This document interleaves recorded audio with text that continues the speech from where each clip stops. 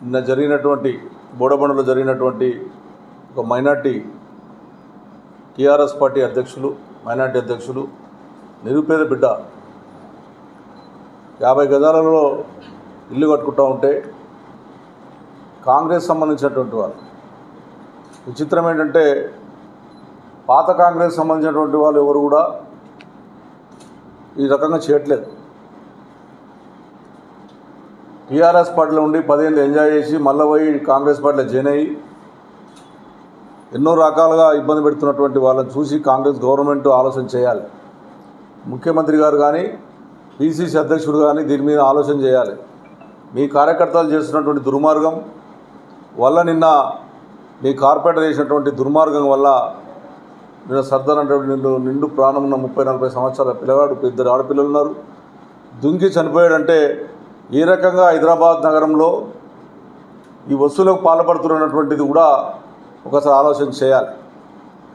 గతంలో మేము కేసీఆర్ ప్రభుత్వంలో 10 ఏళ్లలో ఎక్కడ కూడా ఎవరిని కూడా ఇబ్బంది పెట్టకుండా, చిన్నవాళ్ళ తెరువు పోకుండా 72 గజాల జాగా ఎవరైనా కట్టుకుంటే కూడా వాళ్ళకు రూపాయి పర్మిషన్లా ఇప్పించి వాళ్ళకి కట్టే విషయంగా ఆలోచన చేశాం. కానీ ఇప్పుడు గల్లీకి ఒక లీడర్, ఎక్కడ చూసినా ప్రజావాణిని పెట్టి సుమారం పెడతారు. అది ప్రజావాణి కాదు. నేను చాలాసార్లు చెప్పాను, అది ప్రజలకు సంబంధించినటువంటి వాణి కాదు. అది కాంగ్రెస్ పార్టీ కార్యకర్తల పంచుకోనికి ప్రజావాణి పెట్టారు. ఏదైతే ఈ రోజున ఆఫీసర్స్ కూడా మా కుక్కట్పల్లి కాన్స్టిట్యున్సీలో కానీ హైదరాబాద్ నగరంలో కానీ ఆఫీసర్స్ ఎక్కడ కూడా దీని మీద చర్యలు తీసుకోకుండా కాకుండా ఆఫీసర్ల పాత్ర వాళ్ళే పంపించి ఫలానా నాయకుని కలవండి, కలిస్తేనే మేము ఇల్లు ఆపుతాము, లేకపోతే ఆపమనే విధంగా ఈరోజు చేస్తూ ఉన్నారు.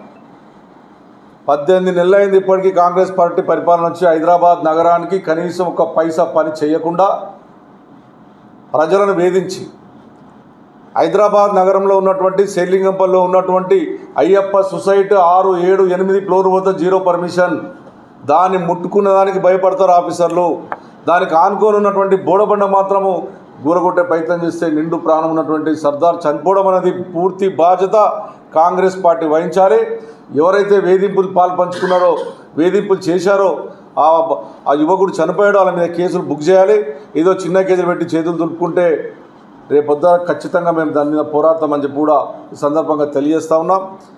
పత్తనాలో జరుగుతున్నటువంటి బ్రిడ్జు కేటీఆర్ గారి నాయకత్వంలో 2 ఏళ్ల కింద దానికి ఫౌండేషన్ వేసి 60 కోట్లు నిధులు శాంక్షన్ చేసి ఆ బ్రిడ్జ్ను రైల్వే పర్మిషన్ ఇప్పించి సుమారుగా 60 కోట్ల రూపాయలు బాల్నార్ బ్రిడ్జిలో ఉన్నటువంటి హెచ్ఎండిఏ నిధులను ఇక్కడ ట్రాన్స్ఫర్ చేయించి ఆ రోజున పర్మిషన్ ఇప్పిస్తే ఈ రోజు వరకు పత్తెనగర్లో ఉన్నటువంటి బ్రిడ్జ్ను కనీసం దాన్ని పట్టించుకొని ఆదులు లేడు. అదేవిధంగా శివాలయం పక్కన అండర్ పాస్ 40 కోట్ల రూపాయలతోని దానికి రైల్వే పర్మిషన్ వచ్చింది. అక్కడ నిరుపేదలు ఉంటే వాళ్ళకు డబుల్ బెడ్రూమ్ ఇస్తామని నోటీసులు ఇచ్చాం, దాన్ని పట్టించుకునే నాదులు లేడు.